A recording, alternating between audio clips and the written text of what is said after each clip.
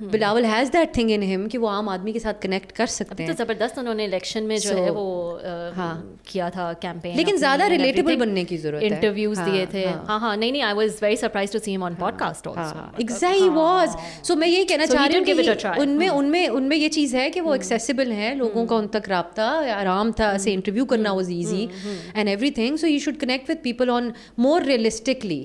آج کے دور کے مریم کو کیا ایڈوائس دیں گی؟ مریم نواز کو میں یہ ایڈوائس دینا چاہوں گی کہ وہ یہ بات نہ کہا کریں کہ ان کے لیے کہ بھی ان کی اسٹرگل ضرور تھی, انہوں نے اپنے والد صاحب کے لیے کی, لیکن جب آپ یہ کہتے ہیں نا, وہ ایک انڈیا میں بھی بہت ہوتا ہے آج کل, وہ نیپوٹزم جو بہت ہے ان کی فلموں میں, تو وہ ایکٹریسز آ کے کہتی ہیں نہیں میں نے 16 آڈیشنز دیے تب مجھے سنجے لیلا بھنسالی نے رکھا. مجھے پتا ہے آپ کے سیریز کی بات کر رہی ہیں. دیٹ another actress also, وہ کہہ رہی تھی دیکھیں میں نے بہت مشکل دور گزارا کیونکہ I wanted to work with Sanjay Lila Bhansali and my father said that no go work with that producer. دوسرا بھی بہت بڑا پروڈیوسر تھا, ڈائریکٹر تھا. سو ان کو مریم صاحبہ کو چاہیے کہ وہ ان کے پاس ان کو یہ ملا یہ سارا کچھ. بے شک انہوں نے اپنے والد صاحب کے لیے ایک بڑا رول پلے کیا اور اس کی ان کو بڑی تعریف بھی ہوتی ہے ان کی, لیکن ان کو بھی کوشش کرنی چاہیے کہ وہ کنیکٹ کریں عام لوگوں کے ساتھ, اور یہ سمجھیں کہ اتنا ہر کسی کے پاس یہ پریویلیج نہیں ہوتا جو ان کے پاس ہے, تو تھوڑا کنیکٹ کرنے کی کوشش کریں عام بندے سے پاکستان کے. شیر افضل مروت کو کیا مشورہ دیں گی؟ یار یہ ویسے میں نا I am not a good advisor. آپ نے نہیں آپ بہت اچھی ایڈوائزر ہیں, آپ کی اتنی سارے ایکسپیرینسز ہیں, آپ کے اوپینینس ہیں اتنی ساری چیزوں پہ. مروت صاحب کو میں کہوں گی مزید کیش کرواؤ, مزید کوئی بڑھ گیا جیسا کوئی نیا اسٹیٹمنٹ دے کے تو مزید اپنے آپ کو کیش کرائیں. آج کل تو خود بڑھ گئے بیچارے جو ہے وہ نظر نہیں آ رہے ہیں, تو وہ اپنے آپ کو اور سیل کریں اور کیش کروائیں. یار یہ سچ a popular, he is become so popular. ان کے لیڈر نہیں کٹا دیا ہے ان کو, وہ کیا کریں. دیکھیں پی ٹی آئی میں یہ تو ہوگا کیونکہ وہاں ایک شخصیت کا راج ہے, وہاں کوئی صحیح, لیکن وہ اسٹیٹمنٹس بھی مروت صاحب آئی تھنک پارٹی کو مشکل میں ڈال گئے تھے. بالکل ہاں. مریم اورنگزیب کو کیا مشورہ دیں گی؟ مریم اورنگزیب کو میں یہ مشورہ دوں گی کہ جب آپ اقتدار میں آتی ہیں تو اس کے بعد بھی تو کوئی ایکسیس آپ تک رہے کسی انسان کی. اب یہ تو ہم جیسے چھوٹے لوگ نہیں کہہ رہے, یہ تو آپ کو بڑے بڑے جرنلسٹ جن کے لیے آپ ہمیشہ اویلیبل ہوتی تھیں وہ بھی کہہ رہے ہیں.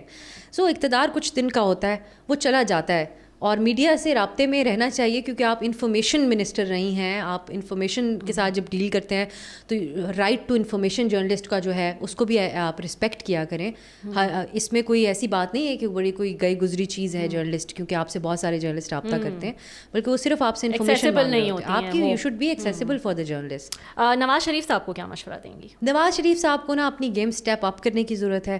ان کے ساتھ جو ایک ڈسکنیکٹ ہے ان کا ملکی ریالٹیز کے ساتھ, اور میاں صاحب کو ایک ہی مشورہ دیتی ہوں کہ آپ اپنے آپ کے ذکر سے, ماضی کے ذکر سے نکل آئیں, آپ مستقبل کو ایڈریس کیا کریں, فیوچر کی بات. اب آپ فیوچر کی بات کریں, آپ کے ساتھ جو کچھ ہوا وہ اسٹیبلشڈ فیکٹ ہے. نیلسن منڈیلا نے جیل سے جب نکلے, کتنے سال انہوں نے جیل کاٹی, تو انہوں نے کہا کہ اگر میں یہ ساری چیزوں کا ذکر کرتا رہوں گا تو آگے کیسے بڑھوں گا. سو اس نے مستقبل کی بات کی. تو آپ کو بھی چاہیے کہ اب آپ, کیونکہ نیلسن منڈیلا آپ کے بھی فیوریٹ لیڈر ہیں, تو میاں صاحب کو چاہیے کہ آپ مستقبل کی بات کریں. اچھا جاتے جاتے یہ بتائیے گا کہ شہباز شریف 5 سال, آپ کو لگتا ہے شہباز شریف 5 سال پورے کرنے والے پہلے وزیر اعظم ہوں گے؟ جو حالات چل رہے ہیں ان کے 1 پیج کے, تو بہت پروٹیکٹ کیا جا رہا ہے ان کے اقتدار کو. بظاہر ایسا نظر آتا ہے کہ وہ پورا کر لیں گے اپنا. عاصم منیر صاحب کو ایکسٹینشن آفر بھی ہوئی تو نہیں لیں گے؟